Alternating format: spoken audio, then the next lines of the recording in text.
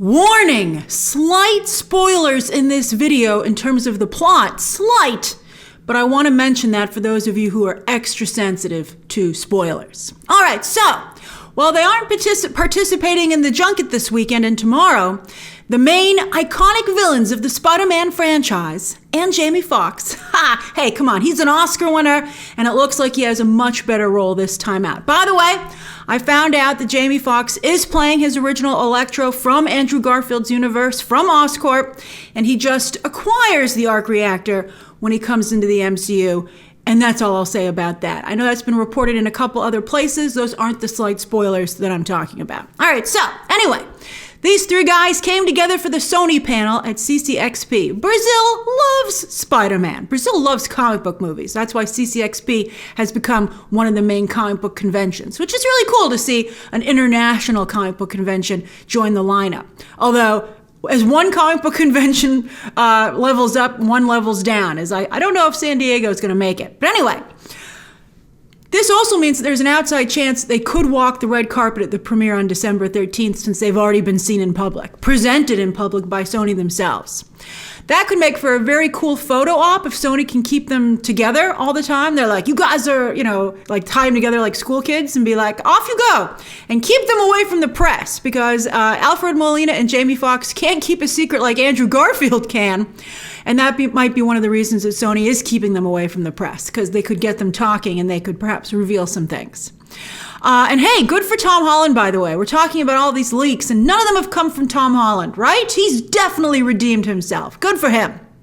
Toby and Andrew continue to remain elusive, although the soundtrack today leaked, track 19, the now famous track 19, because it features their themes. You guys are very good detectives. They could I think with that soundtrack leak, they could potentially show up on the red carpet too.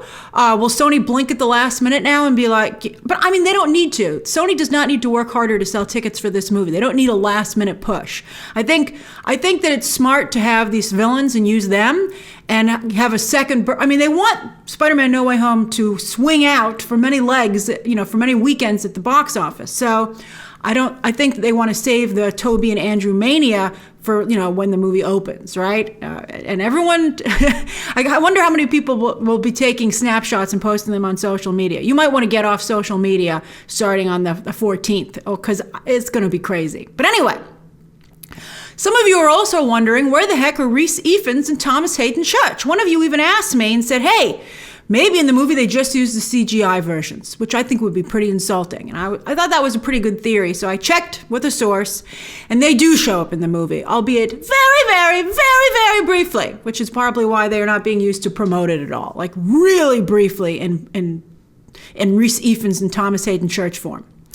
And with this panel came some villains footage, including this new look at Green Goblin, sans goggles, so you can really see his crazy eyes. And Willem Dafoe gives good crazy eye. Very good crazy eye. In fact, seeing him here reminds me of Jim Carrey as the Grinch.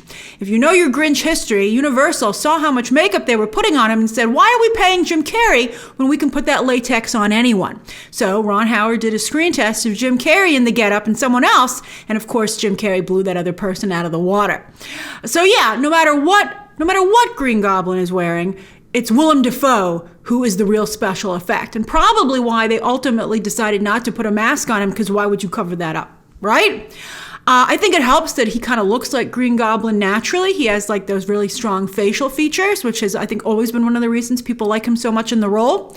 And that hoodie completes the famous look from the comics. Renaissance Fair is a hard look to pull off seriously, and I think they're kind of doing it there. But here's where things get interesting. This is what I like the most about this reveal.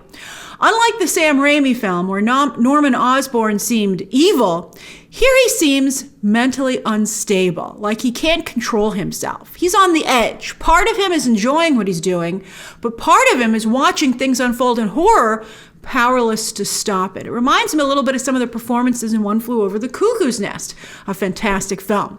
That plays, showing Green Goblin, depicting him in this manner, is very interesting and plays into something that happens in the film that could end up being a highly debated plot point among fans. Don't worry, I'm not going to outright say anything that happens. Now, we all know from the latest trailer that Tom Holland's Peter Parker doesn't want to send these villains back to die. He's trying to help them, and all I'll say is you'll discover that's something he's not going to back down on. Although, what Green Goblin does in this movie, well, let's just say it's worthy of Green Goblin. Let's see how fans react to what Sony and Kevin Feige have cooked up. It's some strong choices. Spider-Man No Way Home is just 2 weeks out, and shockingly, yeah, there are still leaks coming. How do you feel about the movie so far? What percentage of the film would you say that you know? Some of you don't want to know. Some of you are really doing your research. And what do you think of this villain team up on screen and at CCXP? I think it's pretty iconic. I think it's awesome. I think it's very cool. And of course, we're going to have a second wind when the movie comes out and Tobey Maguire and Andrew Garfield are officially back. I'm sure so. That's actually clever. Sony can have them do a whole new round of interviews. Usually you wouldn't do that for the second week of a movie, but they can do that because they'll be officially in the film. I think that's a great idea. And that could really help them going into the holiday season.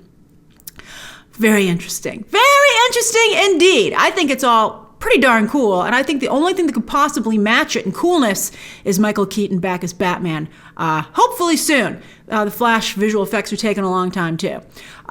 We'll see. I heard that movie would potentially be pushed, but it's pretty far out. So let's see what happens. All right, share your thoughts down below. Subscribe today. And of course, as always, you can check out some more videos right now.